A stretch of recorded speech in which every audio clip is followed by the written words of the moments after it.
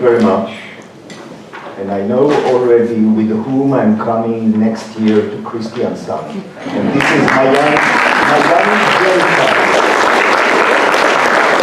my young grandchild who will be fascinated by I understand, the zoo that is near the next time. And there is no doubt that I will be very happy to be there. I didn't understand the Norwegian that was spoken just a few seconds ago here, but I understood that I'm a newcomer. And yes, I'm not yet even a real ambassador. So that for the time being, you see an Israeli citizen who will become an Israeli ambassador in 10 days' time, when I'll be very honored and happy to present my credentials to the Norwegian king in Oslo.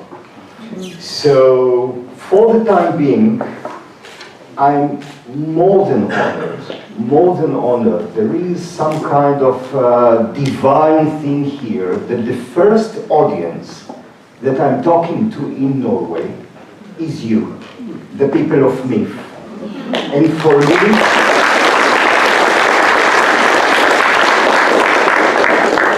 for me, this is something that is really very, very moving. Much more than, just diplomatic politeness. I'm really moved.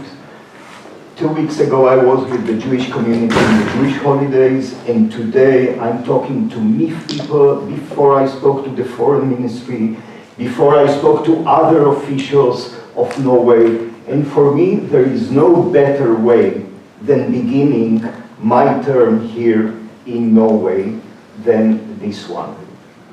And permit me one more thing, and it will be, I think, evident in the talk that I'm going to do, a short one, and then I'll be more than happy to hear your questions or remarks or disagreements, etc. Permit me to be very humble.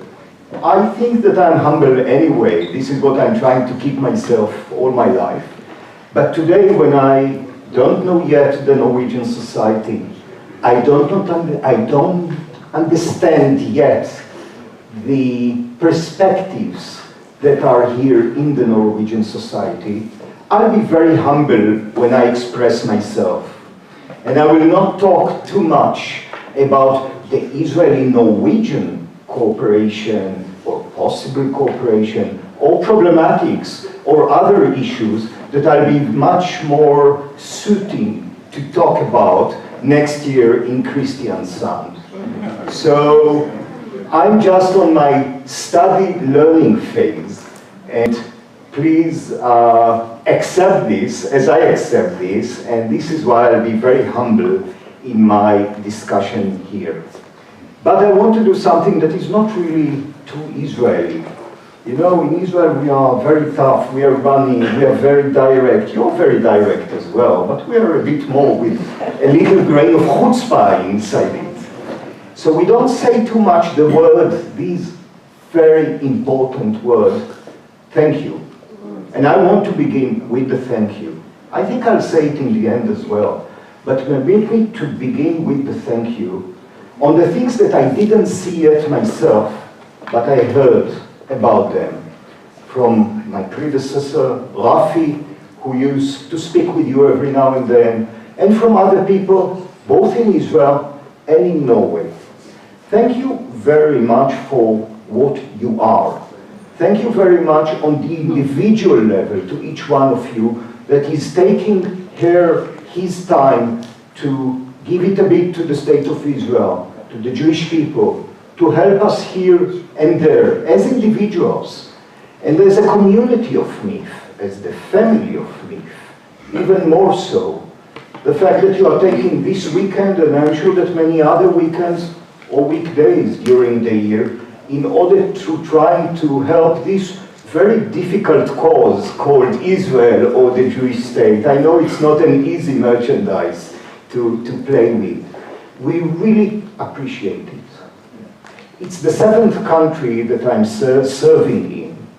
I don't think that even though I saw many friends and many friendship groups everywhere, almost everywhere where I've been, I never saw such a group like MIFF. in my life, in my professional life. And I'm not just honored, I'm really happy that you are there in order to try and help us, try sometimes to guide us, try to talk to us directly, try to do all these things that are so important to official diplomats, you know, who are coming with official baggage and should understand in what landscape they are talking, to what society they are talking, with whom they are talking, in what context they are talking.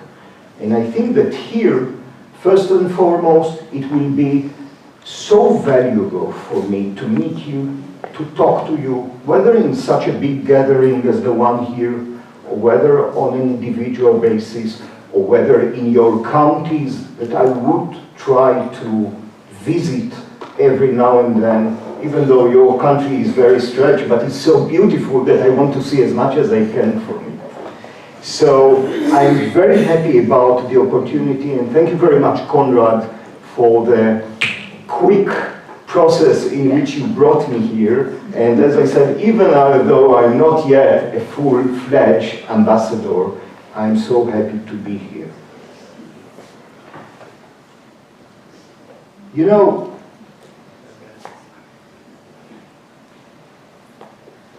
I will try to speak about something that is different. Everyone knows it. Everyone knows what a car is, isn't it? We all have cars, I guess. We usually look at the car. We usually look at its color, engine, the softness in which it is driving, maybe the security it gives us, the other passengers on the street, or pass by those who walk around us, etc. But what do we do if someone insists time and again not to talk about the car, but to talk about the wheel?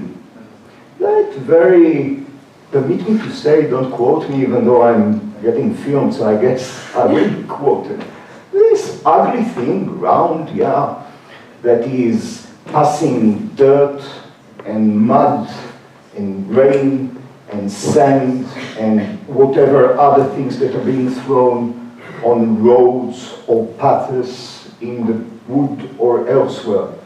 To show time and again, to speak only about the wheel, never about the car, always about just one thing, and to show it to the whole world, and to say, you see how ugly it is, you see, and by the way, the wheel shows which is the car. The wheel teach you about the car. This is what is being said time and again by this entity. They never show the happiness the car brings us. They never show the high-tech of the car. They never show the security this car provides for its occupants, for the others around. This entity has just one mission, to show the wheel and to say, you see, this ugly wheel, this represents the whole car. I guess most of you understand already what I am talking about. What I'm talking about when I'm saying that these people do not show us two things. One is the car itself. As I said, that brings happiness, brings beauty, brings joy, brings happiness to every grandmother, grandfather that go to visit their grandchildren, for every young couple who wants to go and to see in their honeymoon new places, etc. We are talking only about the wheel. But they don't show us one more thing, which is not less important. They don't show us the environment of the car. They don't talk about the environment of the car. They talk only about this poor, excuse me for saying it just for the sake of the argument, ugly wheel. I don't think a wheel is ugly. I'm an engineer, so I don't think wheels are ugly. And of course, you know what I'm talking about. I'm talking about Israel. I'm talking about the trials to show Israel only through one very small hole, to try and to speak about this small hole and not about Israel, and not about the environment, the neighborhood in which Israel is living. And those people don't speak about the Middle East, unfortunately. They don't speak about what we read in the newspapers, but not enough. What we see in the television, but not enough. They don't show us the real problematics that are coming in the last few years into the Middle East in which Israel is, the Middle East that threaten Israel. Yes, they speak about Syria, but I'm not sure that they speak about the threat that Syria poses to Israel, that events within Syria are posing to Israel. They speak about terrorism, but do they really put forward the threats to Israel, to discard from real terrorism that is now taking a new shape in the Middle East? I'm sure that they spoke about chemical weapons, but do they speak about the threat to Israel from the fact that chemical weapons are now a weapons of choice, unfortunately, in the Middle East after this bloody war that we had in Syria? I'm sure that every now and then they speak about the mass casualty, Syria, Iraq, elsewhere, the huge numbers, the unbelievable numbers that we understand of casualties in Syria. I don't know, 500,000, or some people speak even about more than 500,000. But it's not just that, it's the psyche that is changing in the Middle East. The psyche that, yes, chemical weapons can be used, yes, mass murderers exist and they still rule, etc., etc. There is a huge change that is happening in the Middle East. And I'm not sure that when people speak about Israel, they identify and they portray good enough what Israel is passing, not just today, but what Israel will pass in the future. So they speak only about the will, they speak only about the Palestinian issue that I'm not going to touch today unless you are going to ask me about it. But I think that they are not really portraying the fact that Israel lives in a region in which some countries are still calling for the destruction of the state of Israel. Some countries are still launching a missile and the target is the Star of David. You can find it in the internet. I'm not revealing any big secret. And this is the psyche in which Israel is living, and it's not just psyche, it's reality. So I do think that we need a reality check, not us sitting here. I know that most of what I'm saying here is known to you. But I think that outside, it is not being portrayed. Outside, they still portray just the will, just one issue, and they say, this is the whole thing. If you fix this here, then we are done. The car is good, the environment is good, the roads are... No, it's not. Look what is happening outside, and I think they are not portraying it. They are giving false impression. I think it happens in Norway as well. As I said, I'm humbly saying this. I don't know Norway yet, but I know other countries, and I saw how it happens in other countries. And let's speak about the car for a second. It is in a way unfair to speak just on the wheel, on the four wheels or one wheel. I don't see how they talk about this democracy, this vibrant democracy. You know, we Israelis, we tend to say sometimes too much vibrant democracy. You can't say something in Israel without 5 people or 500 people jump on your throat and saying the opposite. This is Israel. I think this is wonderful, by the way. I think this is real democracy. You say something, and there are enough intelligent people who will tell you, will explain to you why you are wrong. But this is vibrant democracy. Open an Israeli newspaper. You can open those who are being broadcast in the internet in English. You see this internal struggle, which is beautiful. This is the essence of democracy. Let's struggle between us politically, ideology-wise, etc., etc. And it happens in Israel. They don't speak much about the rule of law. Again, look on what is happening in Israel. Rule of law, the battle of the place of the High Court, the fact that still courts in Israel are giving rulings on everything, and you can bring everything there. Every citizen of Israel or out of Israel can apply the Israeli High Court. This is something that is unique for Israel, and again, I'm very proud of this. Minorities that are flourishing in Israel, flourishing. There is no place in the Middle East in which minorities feel secure, safe, not just to live and to work, etc., but to portray themselves outside, to express themselves, whether in writing, newspapers, media, etc., etc. I don't see it coming out, unfortunately. And you know what? Even something that is so close, I think, to Norwegian hearts, I would say. And again, permit me to say something without knowing Norway enough. But what I read before coming here, and what I hear time and again in the meetings I had in the last very few weeks that I've been here, 3.5 weeks is nothing, is that how much you think about the outer world, not just about your own country, your own continent. And you know what, in Israel as well. I've served my first term as diplomat in 1989, was in Cameroon, in Africa. And there I worked on mainly aid, aid on many things.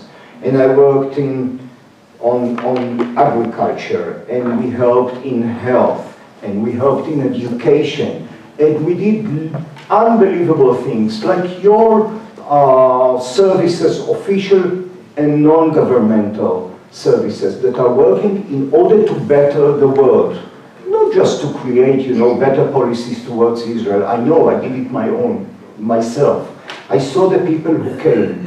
I saw the doctors and the kindergarten tutors that we sent to Israel for 2, 3, 4 weeks to become better doctors and kindergarten guardians and come back with the best knowledge that we have in order to be better there. We didn't take the best of them to Israel, to stay in Israel. We sent them back to try and better the world. We are a small country, we are not the richest country, so we did it very humbly, but we did it. I don't see it portrayed anywhere by these guys that are talking only about the will. And the other things we have in Israel, those are the simple things that make everyone happy. The fact that Israelis live, they love to live happily. Just a week ago, we had a wine tasting event in Oslo with Israeli wines. Something like 11 new Israeli boutique wineries came to Oslo with their merchandise. 6 of them even sent their own owners, co-owners to be present here. Vin monopole and other words that I've studied and learned last week became evident and lively. And many of the visitors there said to me, we never knew that there are so many good wineries in Israel, and they were genuine, because some of them asked me, can we get a box of 6 bottles? We tasted the wine. Israel is changing. Israel is so alive, culturally, wine, food, things that in the past were a bit more on the sidelines because of security problems, because of those very heavy things.